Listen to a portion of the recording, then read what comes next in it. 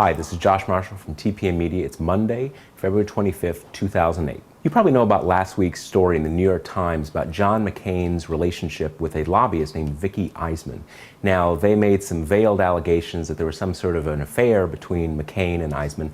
That part of the story has sort of fizzled, and it seems to be the general consensus now that the Times really shouldn't have even gotten into that subject. However, what does seem to have legs is the more substantive part of the story, which is John McCain's favors for lobbyists. Now, in a press conference that McCain gave the day the story ran, and in a subsequent press release that the campaign put out, he made a series of blanket, categorical denials about things he had done for this lobbyist in question and lobbyists in general. Now, this does seem to be a problem that John McCain has. He makes these, again, these blanket denials that in many cases are easily refutable. You know, there was a town hall meeting last year in New Hampshire where John McCain said he doesn't get any money from special interests, no money from lobbyists, they just don't give him any money.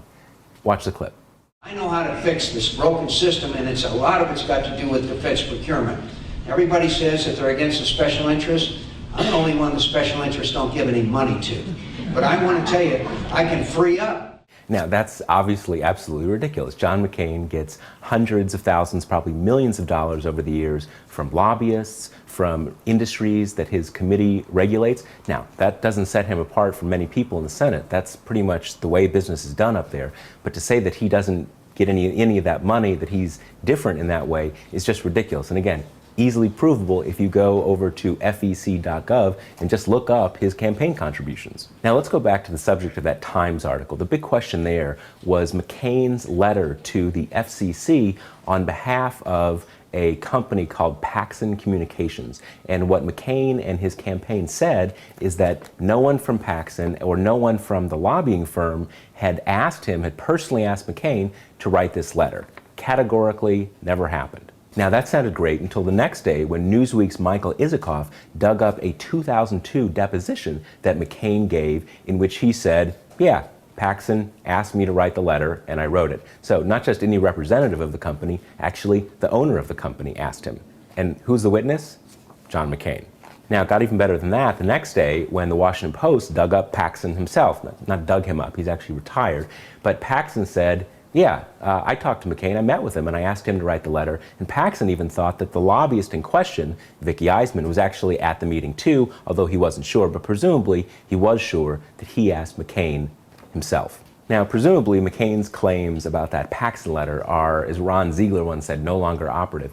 But you know, the bigger question here, the bigger context is McCain just business as usual when it comes to dealing with lobbyists in Washington? Does he take their money? Does he do favors for them? And so forth. Now, we don't want to shock you, but it turns out that, yes, of course, McCain is pretty much business as usual. In fact, pretty much his whole inner circle is made up of lobbyists. Now, one of them is named Charlie Black, one of the biggest, most powerful lobbyists in Washington, D.C., a big power player in Republican politics.